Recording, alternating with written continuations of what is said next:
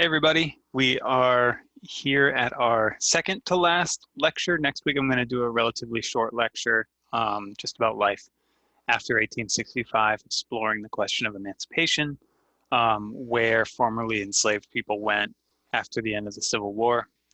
um, and that will give you all a chance to take one more quiz as well to boost your grade. Um, this week, I just wanted to begin with a quick callback to something I was talking about at the end of last week's lecture. I was talking about how abolitionists adopted sort of cutting edge technology, cutting edge means of communication for their own time to spread their message and to sort of build their movement in a way that's very similar to how any political movement today might use social media. Um, and I talked about how they use things like slave narratives. They use things like almanacs, newspapers, all of these sort of means of mass communication to challenge slavery in a very public way. And I had a couple images that I wanted to just show you. Here's an example of an abolitionist children's book, an alphabet. And you can find these online usually. If you shoot me an email, I'd be happy to send you a link as well um, to find sort of more complete collection of these. And here we have some images from the American Anti-Slavery Society's almanac. And each month would depict a different sort of horror that enslaved people, as well as free people of color, had to face in the United States as a way of sort of fully illuminating for their audience what slavery was like, what it was like to be a Black person in antebellum America, and to attract attention, to attract political support, as well as to attract fundraising for the movement, all of these sorts of things. So just a couple of images that I wanted to show you to expand upon that. All right, so this week we're going to talk about sectional crisis, which is the term historians use to describe particularly the 1850s, the decade before the Civil War, but really it's the two-ish decades leading up to the war where relations between North and South sort of crater, and it becomes increasingly likely that war will be the outcome. And of course, this is an incredibly pivotal moment in the history of Black America. So let's get into it. One thing I'm not going to do a lot of in this lecture is talk about the Civil War itself. Next week, I probably do a little bit of that, and all of the documents we're going to read this week are from the Civil War era. They capture the different experiences that African American people had in the war, fighting the war, emancipating themselves in the war, etc. So in this lecture, I'm not really going to talk about the war at all, just the sort of road to it. And okay, before we dig in, though, I do want to give you one general point about the war, just so we get this on the table and then we can move on from it. This is kind of crazy to say, but it has to be said because of the country that we live in. The Civil War was actually about slavery. There's a sort of propagandistic effort to suggest that it was about something else. Secessionists left the Union because they believed Abraham Lincoln's election to the presidency in 1860 was an existential threat to slavery. They believed that because Lincoln was a member of the newly formed Republican Party, the Republicans were the first exclusively Northern party in American history, the first exclusively sectional party, actually. And they were generally an anti-slavery party, and they had a radical abolitionist wing. Southern slaveholders did not believe they could exist in a country where that party was in power, and so they left the country and attempted to create their own. So the sectional political divisions that led to disunion and led to war were fundamentally about slavery. However, that does not mean that the war was automatically or inherently a war for the cause of emancipation, right? That would be incorrect to say, at least when you're talking about the early war. And if you took my Civil War class with me, and some of this is repetitive, I apologize for that. My point here is that in the early years of the war, the northern whites, hundreds of thousands of whom were fighting in this war, millions of whom had family in some way connected to the war and were dramatically, profoundly impacted by the war, those northern whites were not, as a rule, primarily concerned with ending slavery, although many of them might have had deep anti-slavery sympathies or even been abolitionists.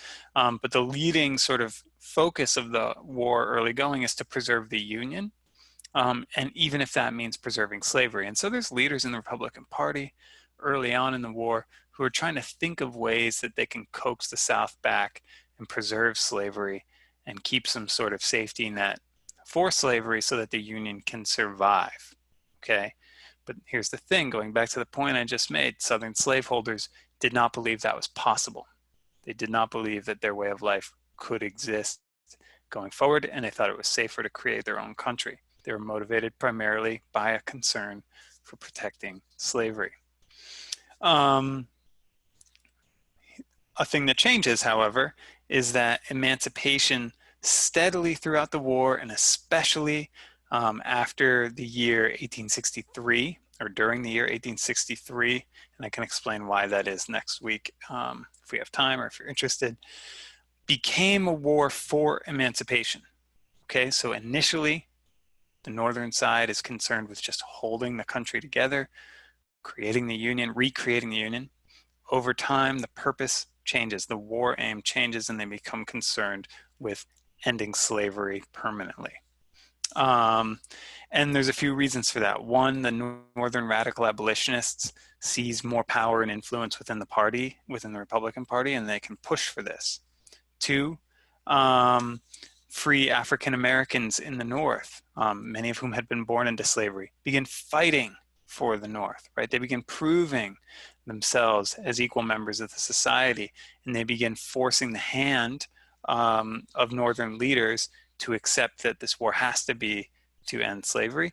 And then more importantly than anything else, the number one driver in changing this war aim from union to emancipation, and it's always about union, it's not like that goes away, but shifting the emphasis from union to emancipation is that Southern enslaved people, right, people who are still in slavery, force the hand of the United States, that is the North, right?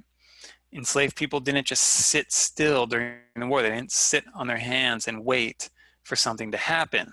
They weren't like a football that both sides are trying to gain possession of. No, no, no. In the middle of the war, they launched the greatest slave rebellion, likely in the history of the world. And the ways that they did that were by simply dropping the implements of their work and walking away. They escaped en masse. They destabilized work on plantations throughout the South. They destroyed Southern society from within.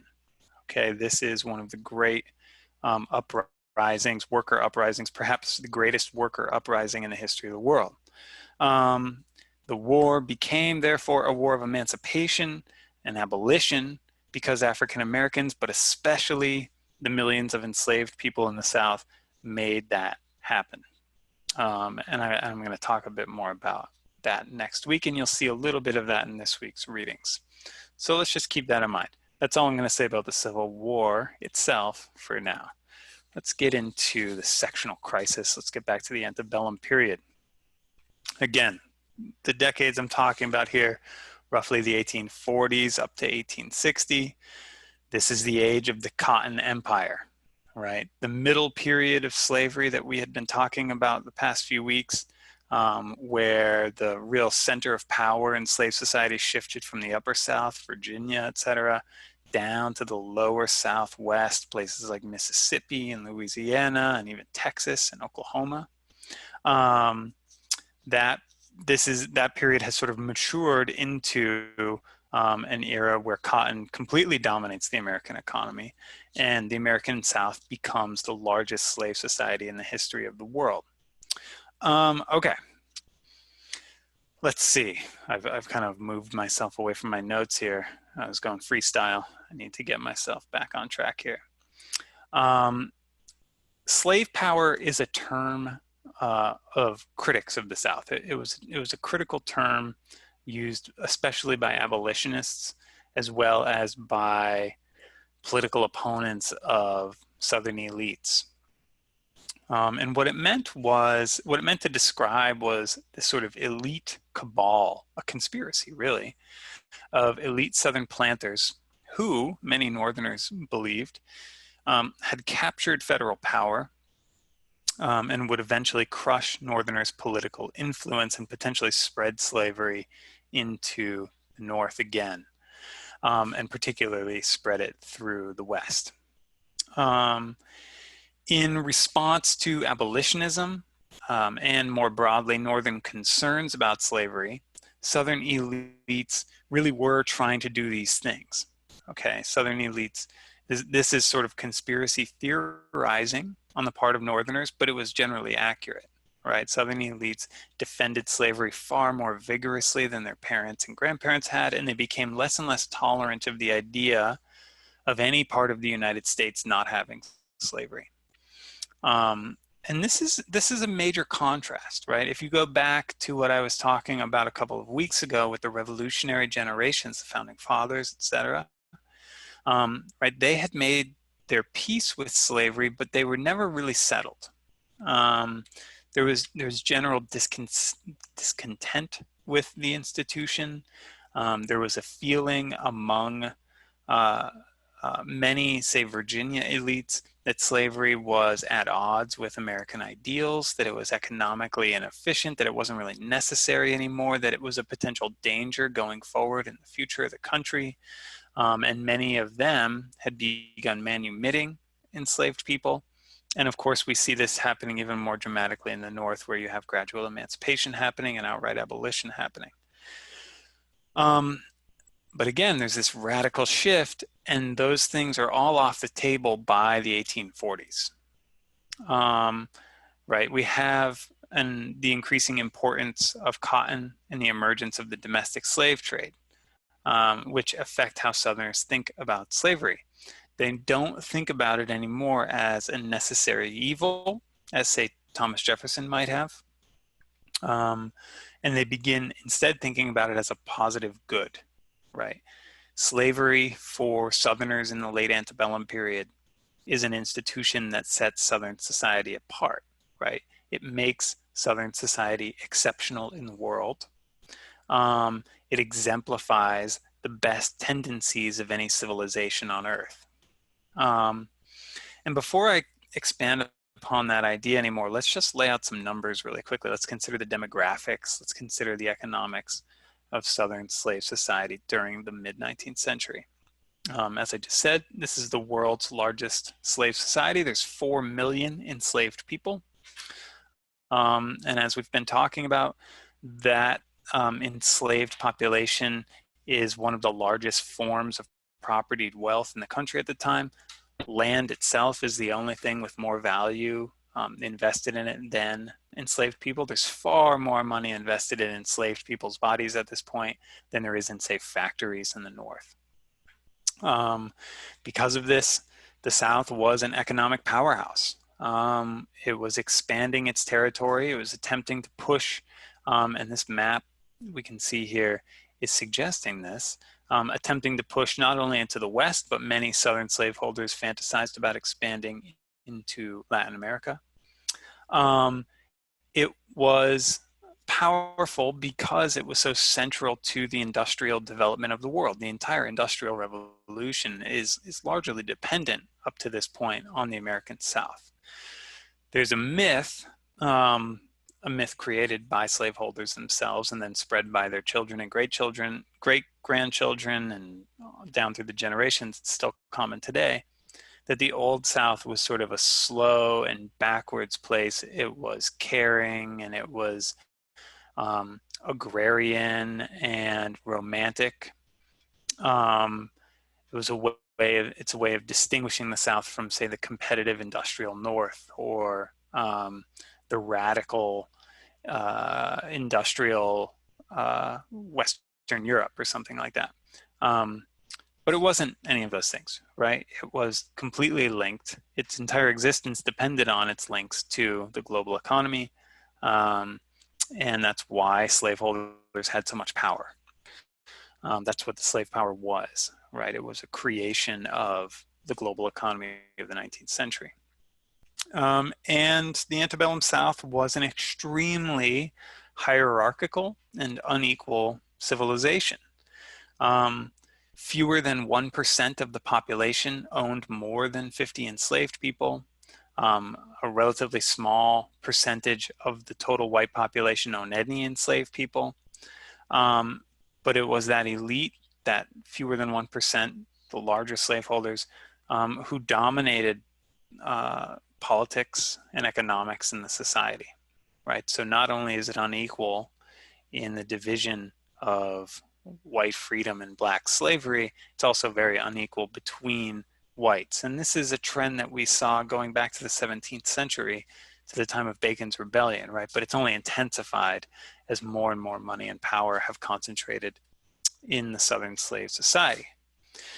So in this context, with so much power and wealth concentrated in so few hands, the entire society dependent on slave labor, Southern elites are not about to apologize for their political economy, for their way of life, right? They're not going to be embarrassed about it the way their fathers had been.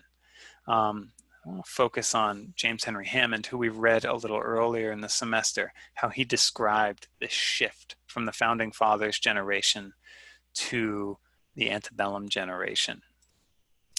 This is from 1858. Looking back on earlier generations, he asked, what then was the state of opinion in the South? And by then he means, say, in the 1790s, right after the creation of the United States. Washington had emancipated his slaves. Jefferson had bitterly denounced the system and had done all he could to destroy it. And he's exaggerating here, by the way, to make his point. What he's saying isn't necessarily true. The inevitable effect in the South was that she believed slavery to be an evil, weakness, disgraceful, nay, a sin. She shrank from the discussion of it. But, he said, a few bold spirits took the question up. They compelled the South to investigate it anew and thoroughly. And what is the result? Why, it would be difficult now, in the 1850s, to find a Southern man who feels the system to be the slightest burden on his conscience, who does not, in fact, regard it as an equal advantage, and this is crucial, to the master and the slave, elevating both. Okay, slavery elevates master and slave. That's James Henry Hammond's point. This passage reflects, obviously, his paternalism, which we saw in his plantation rules when we read those. It obviously reflects his racism, right? He's suggesting that enslavement benefits the enslaved because they would otherwise lack care and discipline, which they could never provide for themselves because they are lower than white people are. Enslaved people, Hammond is arguing, were elevated from savage uselessness to controlled, disciplined usefulness. They had a role in a Christian civilized society, the greatest Christian civilized society on the earth, as Hammond would have it. And that was the best that they could ever attain. And slaveholders were gracious enough to give them such a role, and that elevated slaveholders because they were fundamentally caring and generous people, and they were made more generous by extending their care to enslaved people. If this sounds insane to you, if this sounds completely upside down from how you think about slavery, good. It does to me too, but it's really important to come to terms with this because it shows us the sort of mind of slavery, right? And I think we see some of this as well in 12 Years a Slave. But it's essentially everything that a critic of slavery would say is evil, the pro-slavery defender, someone like Hammond, would say is not only not evil, it is actually very, very good, right? And obviously at the foundation of this entire ideology is the idea that white is superior and supreme to black, right? That's the essence of the pro-slavery ideology. Enslavers were very aware of other developments in the world. and they used those developments to inform their defense of slavery. They became more sure of the importance of their hierarchies as they watched events unfold elsewhere in the world. And if you haven't taken, say, American History 1 or Western Civ 2 recently, that's okay. But just so you know, the late 18th and the early 19th century was a time of revolution all over the world. Obviously, there's an American Revolution, a French Revolution, a Haitian Revolution, and then there's many, many smaller revolutions throughout Europe. There's a lot of turmoil in the 19th century North, right, among workers and among white people, white men who are demanding equality in their society. And enslavers see these things. They see, say, the spread of democracy in the North. They see the revolutions of Europe as fundamental threats to order and peace and the good functioning of society. And they see their own society with slavery as its bedrock as the last sort of noble civilization in the Christian world, right? They are the best. They are the most moral, most ethical system of economy and society that exists in the world. It's a fundamentally conservative perspective, right? Their entire civilization exists to prevent change from happening. One of the leaders of this sort of thinking was a guy named George Fitzhugh. Who, not much is known about George Fitzhugh. He was a pro-slavery writer, propagandist. He was a lawyer in Virginia. He left very little record of his own life, but his writings are quite voluminous. And here's what he wrote about Northern society in the 1840s and 1850s. None but the selfish virtues are encouraged, because none other aid a man in the race of free competition. Good men and bad men have the same end in view, are in pursuit of the same object, self-promotion, self-elevation, right? Fitzhugh sees industrial capitalism, even though his own section is tightly woven into the industrial capitalist world. He sees industrial capitalism as destructive, promoting selfishness, promoting competition.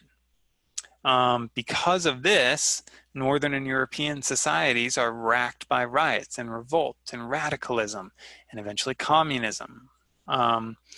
Fitzhugh, on the other hand, describes the South this way.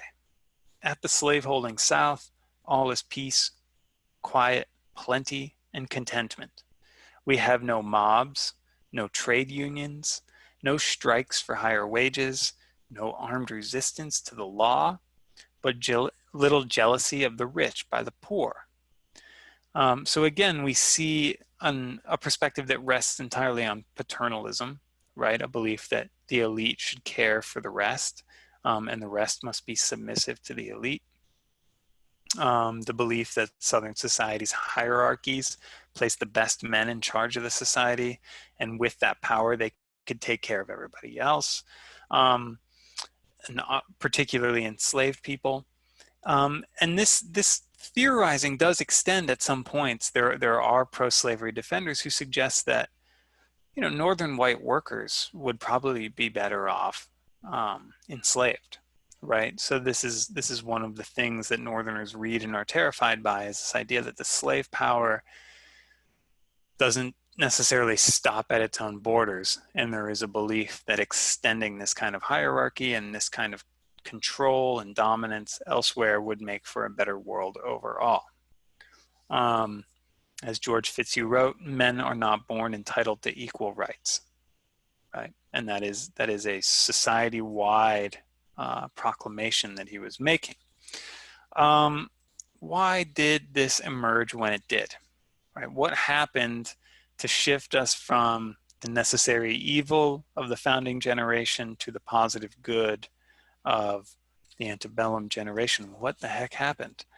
One thing, there's just more money in the game, right? There's so much more money on the line in the 1840s than there had been earlier. Slavery, as I had mentioned a couple weeks back, was sort of dying out. in the late 18th century. It was not as productive as it had once been, and it was not a great way to make money compared with earlier generations. That, of course, changes after the cotton boom, and there's a lot of money on the table here. There's too much money for slaveholders to simply give it up. That's just not going to happen. There's also a matter, as I've mentioned elsewhere, of sharpening distinctions between North and South that forces or encourages Southerners to justify their system, to explain why they continue to do what they do. Anytime someone does something that's morally problematic, which is a really weak way to describe what we're talking about here,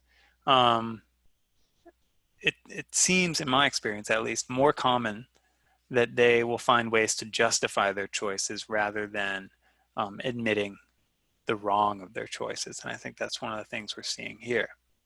The pro-slavery argument is also a defense against abolitionism, right? Go back to those images I showed at the beginning. You have an aggressive anti-slavery propaganda machine in the North that's effective and terrifies slaveholders.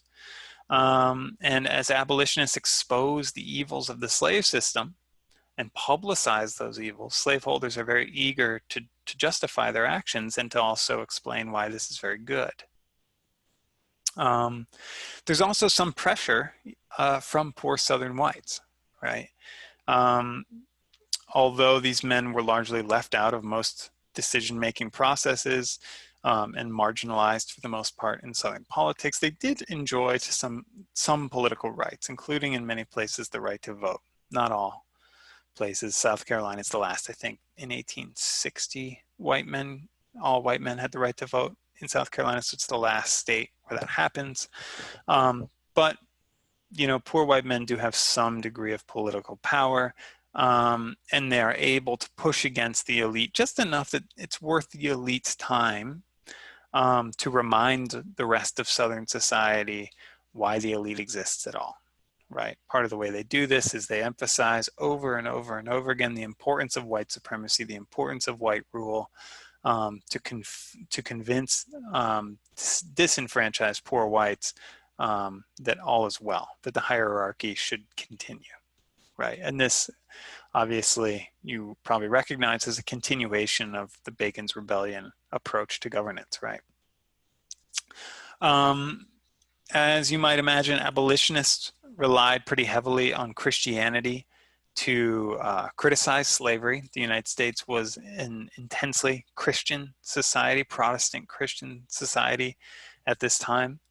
And slaveholders adopted similar justifications, right? They countered Christian criticism with Christian defense. John Henry Hammond, going back to him again, like many of his contemporaries, he fervently believed that God not only sanctioned slavery, but commanded it, right? And this is an important part of the pro-slavery defense. Slavery is God's will, right? We have to follow God's will. He wrote, American slavery is not only not a sin, but especially commanded by God through Moses and approved through Christ. As slavery's defenders understood it, the Bible did not merely command slavery, but more specifically, the enslavement of African-descended people through the so-called Curse of Ham, right? So they're saying not only is slavery one of God's commands, but the enslavement of African-descended people. And the Curse of Ham comes up in Genesis. I'll give you the quickest rundown possible. There's a good Wikipedia page for this too, and I'm no theology scholar. But Ham is a son of Noah of the Ark fame. And one night Noah gets really drunk and he falls asleep and exposes himself in his sleep. Two of his sons come in and cover him up, but Ham, a third son, mocks him. He laughs at him. He gets a kick out of his dad making a fool of himself. And Noah wakes up and curses Ham's son, Canaan, and all of Canaan's future descendants to be slaves to Noah's other descendants. It's an extremely harsh punishment for laughing at your drunk dad. Southerners interpreted this story in a way that justified the enslavement of African Americans. They said that Ham and Canaan had a darker complexion than Noah's other sons.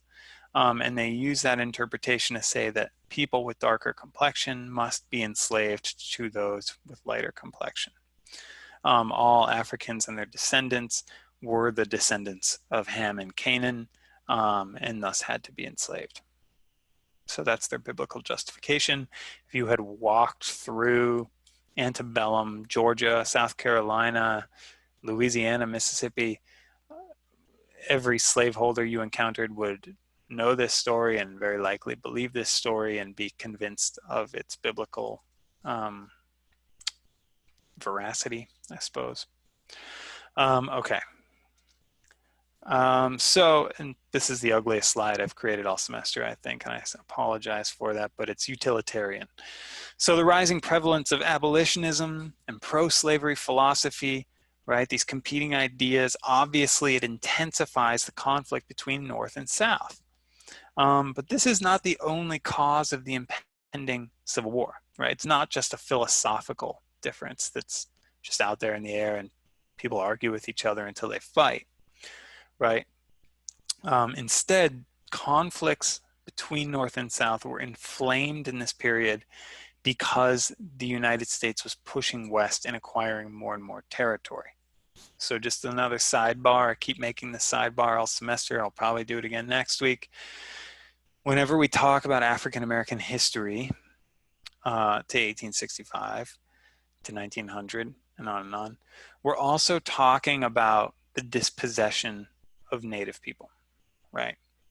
Slaveholders and free labor advocates in the North both took for granted that tribal nations in the West would be displaced, would have to submit to another way of life. And the question was only, is that way of life going to be within a slave society or a free society? And of course, free has many conditions attached, as we all know. So just an important sidebar again, right? The spark for so much of the sectional crisis is the acquisition of land that is already home to people who are there. So there's a whole other side to this story that's really central. In the antebellum period, expansion is happening very rapidly, which means that Congress is repeatedly faced with the question of admitting new states to the Union. And if you know your civics, your basic civics, you know that this is a question of power, right? We're in a moment right now where a lot of people are talking about adding 2 new states to the US. Washington, D.C. and Puerto Rico would be the new states. So we can go back now to the sectional crisis and realize what the stakes were. If a new state were admitted, there's a question, will it be free or will it be slave? And this is a really important question because it's going to decide the balance of power in the United States Senate, where everyone gets 2 senators, the Electoral College, right? You're going to add electoral votes, and thus the federal government generally, right? So this is a question of who gets to control the government. So the House literally is dividing, as Abraham Lincoln put it, and it was dividing because it was expanding. And as it expanded, this question of slave versus free constantly comes back up, and the stakes are very, very high each time. So basically from 1819 forward, 1819 is the year when Missouri becomes a state and enters as a slave state. All the way up to 1860, American political leaders kind of constantly have to address this question. Is the United States going to be all free? Is it going to be all slave? How do you balance the power between the two without upsetting either side too much? Is it even possible to balance the two? That's the dominant question for 40 years. And then the result is war. So there's no real good answer to the question, at least not a political answer. Most solutions to these questions tended to favor the last option, which is find a balance, somehow find a balance, right? Just kick the can down the road. Anybody who watches government, how it works right now, can definitely understand this, right? Elected officials in America tend to prefer pushing questions aside and letting others deal with them in the future than confronting them head on. That was definitely the case in this period. And we see a sort of all of these compromises tend to create more conflict. They tend to create more problems that then need new resolutions, but the resolutions create more conflict, and it's kind of a disastrous mess.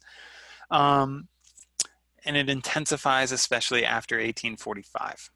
And that's the period we really describe as the sectional crisis, right? So 1845, Texas is annexed by the United States. Up to 1860, when Abraham Lincoln's elected, we have basically every year, and certainly every other year, we have an enormous crisis that completely rocks the country. Let's run through them. There's the Mexican-American War from 1846 to 1848. The United States wins that war, right? It's really a war of conquest, and captures most of what we think of as the American Southwest by 1848. There's the Compromise of 1850, in which Congress decides to admit a new state, California. California is the big prize of the Mexican-American War. Admit that state as a free state in return for the passage of a new fugitive slave law, right? So the free states get a couple new senators who aren't very dependable either. California is a Democratic state. There's a lot of sympathizers with slavery there. And in return, the slaveholders get a much stronger fugitive slave law, and I'm going to get all into how that worked in just a minute. There's the Kansas-Nebraska Act of 1854, in which Congress agreed to abolish the old 3630 line, right? This was the division between North and South that said slavery shall not exist north of this line. No state can come into the Union, and it's north of Missouri, that will be a slave state. Well, Congress abolishes that rule in 1854 and says territories can decide for themselves. So new states, Kansas, Nebraska, it's up to you. You get to decide if you want to be slave or free. The most infamous result of this ridiculous law, this terrible law, was the mass resettlement of pro-slavery advocates and abolitionists into these new territories, especially into Kansas. They essentially go to war with one another. It's called Bleeding Kansas. It lasts years, and it's out on the frontier in these very sparsely populated places. You have people from Massachusetts and people from Georgia just murdering each other left and right. Guy named John Brown, famous abolitionist, makes his name there before heading back east. In 1858, you have the most notorious Supreme Court decision in American history, the Dred Scott decision, in which the court ruled that the old ban on slavery outside of the South from the Missouri Compromise, going way back to 1819, was unconstitutional, right? What the court really meant in this case was that slavery could exist anywhere, that it was unconstitutional to have a ban on any form of property anywhere in the country, which meant that slaveholders could move north with their slave property and maintain that property safely, and Northerners could technically become slaveholders themselves. So this was the Supreme Court saying that slavery was essentially the law of the land. Adding to the case's significance was the Chief Justice, a guy named Roger Taney, T-A-N-E-Y, if you want to look him up. Taney claimed that the Supreme Court should never have heard the Dred Scott case because it was brought initially by a black man, Dred Scott. And Taney's point was black people could never be citizens of the United States. Citizenship was defined by whiteness. And so Dred Scott lacked standing in the court, actually. Okay. So the Dred Scott decision is a sort of profoundly awful moment in American legal history. The United States can be an entirely slave society, and black people are officially barred from achieving citizenship. This is obviously, because of these developments, an age of radicalism. right? Things are really intensifying. So in 1859, that guy, John Brown from out in Kansas, he, in a band of men, many of whom are formerly enslaved people, they lead a raid on the U.S. Army's southern armory, right, where one of the two locations where the U.S. Army kept all of its weapons. This is in Virginia, in modern-day West Virginia, a place called Harper's Ferry. And they attempt to seize the armory, seize the weapons. They're going to try to arm enslaved people all through the South and spark an uprising that will overthrow slavery from within. They fail. There's a wonderful sort of fictionalized book about this called The Good Lord Bird by a contemporary African-American writer named James McBride. It's kind of hilarious and tragic at the same time. Like many good books, I strongly suggest reading it. And apparently there's an upcoming mini series based on the book. So something to look forward to if you're interested in John Brown and his raid. And then the final nail in the coffin, you could say, is Lincoln's election in 1860, which is the one sort of moment of triumph, I would say, that anti-slavery forces have in the late 1850s and into the early 1860s. And in response, secession happens. The South removes itself piece by piece from the Union throughout the winter and spring of 1861, and then the war begins. So that's a rundown of the sectional crisis. I want to drill down, though, into that fugitive slave law for a little while here. As I said, this is a part of this legislative package that's known as the Compromise of 1850. A few of the things that are involved, as I said, California becomes a state, and it's a free state. Another thing that's involved in this is that the slave trade was banned in Washington, D.C., right? So what happened to, for example, Solomon Northup, 12 Years a Slave, is outlawed. And Southerners get this very powerful law that essentially turns federal agents into slave catchers. We all read a couple of weeks ago a passage from the United States Constitution that would make it seem like this law was not necessary, right? This was Article 4, Section 2, and it states, "No person held to service or labor in one state under the laws thereof, escaping into another, shall be delivered up on claim of the party to whom such service or labor may be due." Yeah, I think I cut an important word out there, but the purpose of this clause is to say that escaped people can't cross state lines, escaped enslaved people can't cross state lines and find safety, right? States have to help one another reclaim slave property. But slave owners were often frustrated by northern states or free states' unwillingness to participate in this.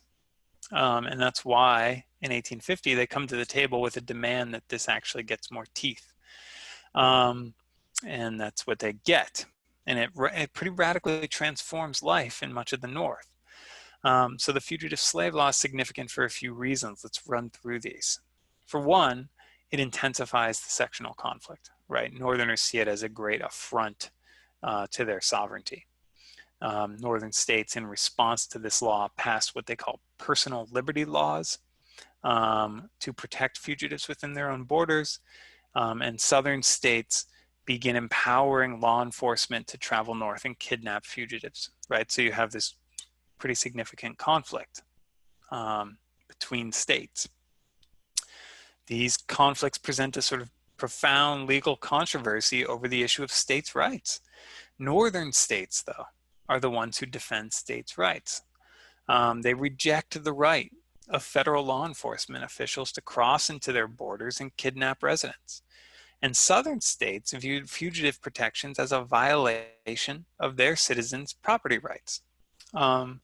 Slave-holding Southerners essentially say, well, states' rights be damned, right?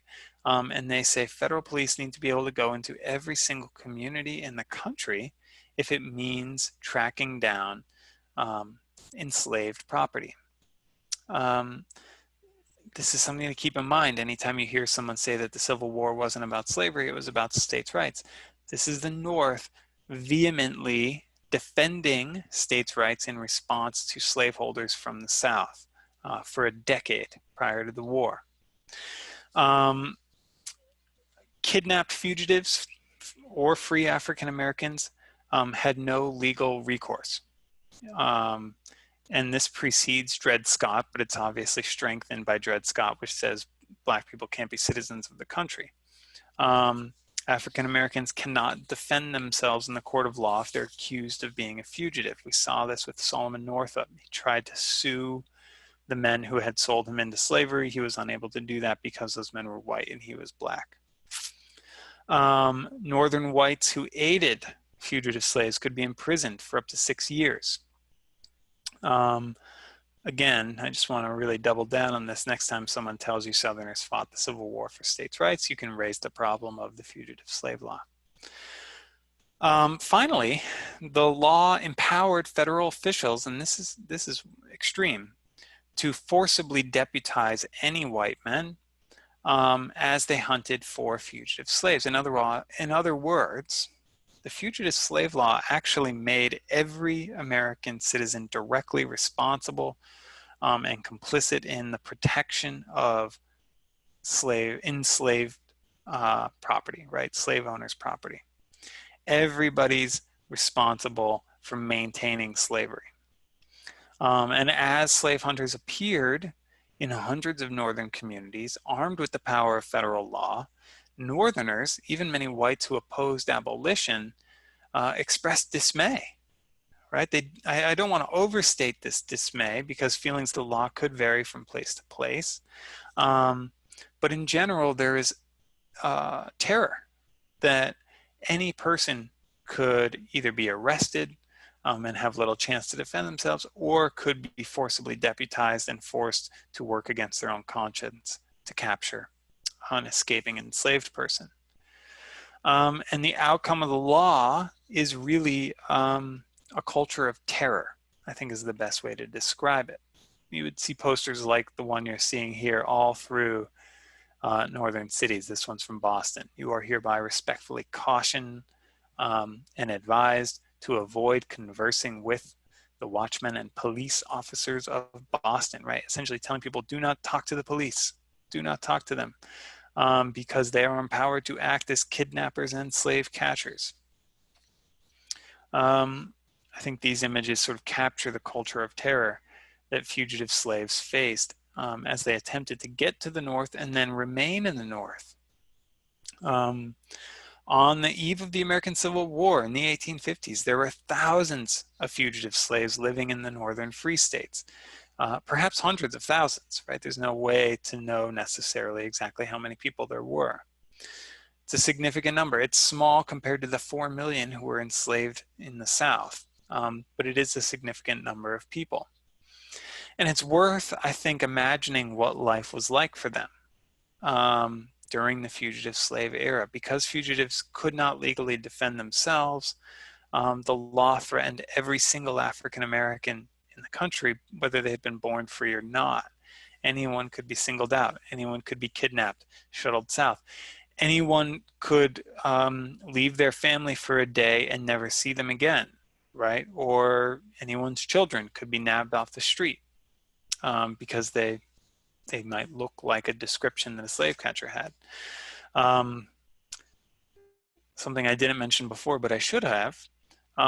Slave catchers were paid a higher reward, and judges were paid more if they delivered people back to slavery than if they did not. So there's an economic incentive to kidnap anyone, right? To find a way to get people back into slavery. So the safest course of action for many people was simply to leave the US. Rather than risk kidnapping, there's approximately 20,000 people who went to Canada or some went to England or to France and stayed there for years, decades, and some never came back. Many others chose to remain and to resist the law. Frederick Douglass, obviously he was a fugitive slave. He was the most famous fugitive slave in the United States. He argued that the only way to make the fugitive slave law a dead letter is to make half a dozen or more dead kidnappers, right? So there's many African Americans who suggest violence is the only way we can resist this law. Faced with slave hunters roaming their communities, abolitionists had to adopt this violence. They called it direct action. It crystallized for many their resistance to slavery, right? It really proved what many had been predicting for years, that slaveholders had to and would necessarily in time expand their power into the North, right? They weren't going to sit still. So abolitionists continue petitioning, they continue publishing the almanacs and the newspapers and all that, but they also adopt much more aggressive tactics. For example, this diagram is a sort of training model for abolitionists. Each number represents a person. Those people follow slave hunters. If a slave hunter were to capture a person, the group surrounds them, and they create these sort of two barriers, and they forcibly separate the slave hunter from the fugitive and free the person. This is a creation of a group called the Boston Anti-Manhunting League. And there's groups like this all through the North, from Boston to Chicago. There's groups that are called vigilance committees and fugitive aid societies and anti-manhunting leagues. And they basically surveil anybody who's suspected of being a slave hunter in their city. They provide shelter for fugitives. They shuttle people to Canada. And they forcibly resist the Fugitive Slave Act. One famous example is a guy named Shadrach Minkins. This is not him. I'm going to talk about this guy in a second. Shadrach Minkins was a fugitive from Virginia, and the Boston Vigilance Committee organized hundreds of African-American Bostonians to surround the courthouse after Minkins had been arrested under the Fugitive Slave Law. From there, they actually stole him out of the courthouse, right? They freed him from the courthouse. And then they quickly shuttled him into the interior of Massachusetts, into Western Massachusetts. They got him through Vermont, and he went to Montreal. A similar attempt followed the arrest of this man. This is Anthony Burns. Burns had escaped slavery in Virginia in 1853. He was caught in Boston the following year. And during his trial, abolitionists stormed the courthouse and killed the U.S. Marshal. The federal government had sort of learned from the Shadrach Minkins case to be ready for this kind of approach. And so they eventually are able to get Burns out of the city, but not before hundreds of thousands of people line the streets as Burns is marched onto a ship. Abolitionists drape black crepe, which is a symbol of mourning, all through their city when this happens. For weeks after his arrest, Burns becomes a sort of cause célèbre. He's eventually purchased by abolitionists from his original owner, and he went to college at Oberlin in Ohio, and he ended up moving to Canada. But there's dozens of episodes like this in the fugitive slave era. There's slave hunters were moving into communities. Boston is sort of an exception. It's sort of far, actually, from the South. This was much more intense in border areas, especially Ohio and Pennsylvania, which were the first places many enslaved people got to if they were following an overland route, right? The Underground Railroad, for example. So you see encounters like this, conflicts like this in Detroit, Michigan, which is a border city and a gateway to Canada and freedom. In places like Cincinnati and Oberlin, Ohio, in Buffalo and Rochester and Syracuse and Troy and New York, in Massachusetts, in Christiana and Philadelphia, both in Pennsylvania, as well as in that most dangerous of all places for fugitive slaves, New York City. These confrontations reveal a truth about the political situation of the 1850s and the sort of terrifying norms under which all Americans have to live if they're going to resist slavery in this period. Here's what a historian of abolition, Manisha Sinha, writes. She says, abolitionists had no illusions about slavery being an ongoing war in which they had to match wits, daring, and resources with slaveholders, who had the machinery of the state and the law at their disposal. There's two things I really like about that. One, slaveholders were the state. They were the government. And they had every bit of power that that government could muster at their disposal to not only protect slavery, but to expand it. And they used that power. This is not a small government movement. That's one. Two, abolitionists recognized the great power imbalance and they countered it aggressively. They did everything they could, including risking their own lives and risking potentially being enslaved themselves to resist the slave power. And so we can reasonably claim that the fugitive slave era is sort of a proving ground.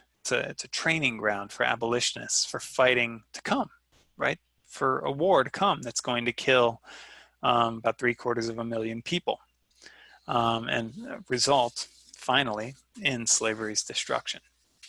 Okay, so that's the sectional crisis. Looking forward to talking this week about some of this as well as about emancipation, which many of our documents are going to touch on. Thanks for watching, everybody.